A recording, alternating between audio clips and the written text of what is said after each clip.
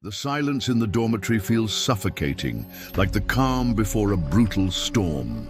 The room is split cleanly down the center. On one side stand the veterans, their bodies marked with scars and their eyes void of mercy, radiating the cold confidence of those who have survived too much to trust anyone.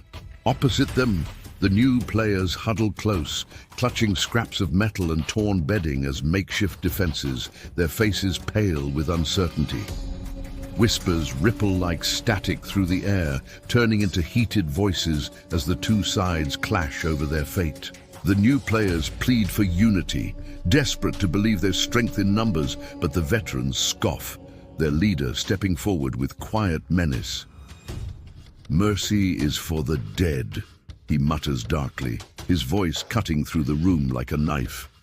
Suddenly, all sound seems to vanish when a grizzled veteran with a jagged scar meets the gaze of a younger player. The younger one flinches, frozen by a look that drips with an old personal grudge. The entire dormitory holds its breath as the unspoken history between them crackles in the heavy air, hinting that this fragile standoff could ignite into violence at any second.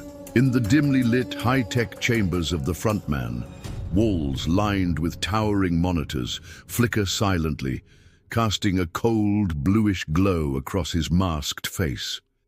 He stands motionless, hands clasped behind his back, as his sharp gaze focuses on two particular players displayed on the screens. One a scarred veteran, the other a tense, younger player, locked in a silent standoff in the dormitory. A small, knowing smirk forms beneath the mask as the frontman leans slightly forward, voice low and deliberate. "Let's see if old wounds still bleed." His words hang in the air, dripping with cruel anticipation. Behind the calm facade, it's clear. He's meticulously orchestrating emotional triggers, pushing fragile psyches toward inevitable violence, knowing that personal grudges will fuel the chaos to come. The dormitory's harsh silence is shattered as the loudspeakers crackle to life, blaring in a deep, commanding tone. "Prepare for Game 5, trust or betrayal." The chilling announcement reverberates off the cold metallic walls, sending a wave of panic through the already fractured players. Suspicion floods the room instantly, paranoia thick in the air as players exchange anxious, darting glances, unsure who to lean on and who might turn on them. Some clutch their improvised weapons tighter, others back away from their own allies, trust crumbling second by second. Meanwhile, guards silently move along the perimeter, loading live rounds into their rifles with mechanical precision, their expressionless faces adding to the suffocating dread that's now consuming the room. In the shadowed confines of a hidden stairwell, away from the watchful eyes of the dormitory, a veteran slams a rival player against the cold concrete wall, eyes burning with rage. The air is thick with unresolved history as the veteran snarls, voice low but venomous. "You left me to die last time, didn't you?" The rival player, breathing heavily, fires back with defiance. "You would have done the same." The tension escalates rapidly as fists clench and shoulders square, both teetering on the edge of a brutal fight. The confined space amplifies every movement, every sharp breath, as their anger threatens to explode into violence. Just as the veteran draws back a fist, guards storm in, weapons raised, barking orders. Both players freeze, forced to swallow their fury under the cold gaze of authority. Yet the fire in their eyes says the fight is far from over. The players are herded into a stark metallic arena, its design cold and clinical, like a laboratory built for psychological torment. The room is divided into isolated chambers, each housing a pair of players, seated across from one another at metal desks. Between them lie two ominous buttons, one green marked Trust, the other red marked Betray. A sterile spotlight beams down on each pair, casting sharp shadows that only heighten the suffocating tension. Overhead, the distorted voice of the frontman fills the space. "This is Game 5, trust or betrayal. Choose wisely. Only one path leads to survival." Suspense coils in the air as players glance at each other, uncertainty and fear etched onto their faces. Whispers of past alliances and fresh suspicions linger as fingers hover over the buttons, knowing that every decision could either forge an unlikely bond or trigger instant death. Each chamber feels like a ticking time bomb, where morality and desperation will collide. The game begins with a deafening silence, broken only by the faint hum of the arena's machinery. Across the chambers, veterans with tangled histories and buried grudges face their partners, eyes locked in tense, silent conversations. Some players, driven by vengeance, slam the red betrayal button without hesitation, their faces hardened by past betrayals and brutal survival instincts. Others hesitate, torn between self-preservation and a sliver of humanity. In one gripping chamber, a veteran's trembling hand hovers over the green trust button as memories of shared battles flash through their mind. With a deep breath, they press trust, choosing redemption. But just as hope flickers in their eyes, their partner coldly presses betrayal.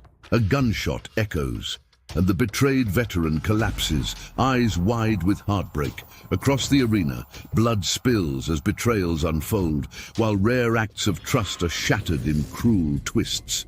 When the game ends, the surviving players sit in stunned silence, haunted by the brutal weight of the choices made, knowing nothing will ever be the same again. The dormitory is suffocatingly silent as the survivors shuffle back in, weighed down by exhaustion and the emotional wreckage of Game 5.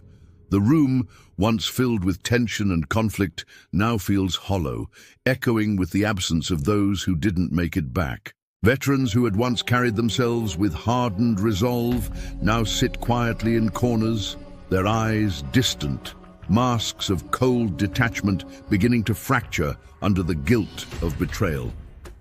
A few stare blankly at blood-stained hands, replaying the moment they chose survival over loyalty. New players tremble in silence, some quietly sobbing, others rocking back and forth, unable to shake the horror of watching trust turn into murder. No words are exchanged. No one dares to speak. The air feels heavier than ever, filled with grief, regret, and the chilling realization that even among the living, something inside them has died. In the solitude of his private room, the front man stands before a wall of monitors, watching the dormitory sink into silence and despair. His masked face reflects the grim aftermath, players broken, trust shattered, humanity fading. Slowly, he lifts the mask from his face, revealing a subtle but sharp smirk, as if savoring the chaos he has meticulously orchestrated. The glow of the screens flickers across his hardened features, but it's the brief glimpse of his desk that hints at a deeper game in motion. Amid neatly stacked documents, a single file sits partially open, stamped with bold red letters. Player 067, status, alive. The camera lingers for a heartbeat before cutting away, leaving the revelation hanging in the air like a loaded gun, ready to fire. In the dead of night, a lone player slips through the shadows, heart pounding, as they infiltrate a restricted surveillance room deep within the facility. The dimly lit space hums with machinery and walls lined with screens, but it's the row of locked cabinets and scattered documents that draws their attention. Nervously rifling through a drawer, the player's eyes widen in disbelief as they uncover confidential files marked with symbols of the game's controllers. Inside, profiles of players are laid bare, not just statistics, but chilling notes detailing personal grudges, betrayals, and vendettas. Some files reveal that key participants were handpicked, specifically chosen because of unresolved conflicts from the outside world. The realization hits hard. This isn't just a game of survival, it's a twisted experiment fueled by personal history. The player barely has time to process the truth before the sharp sound of approaching footsteps echoes down the hallway. The scene cuts to black, leaving behind a flood of questions about who is truly pulling the strings and why.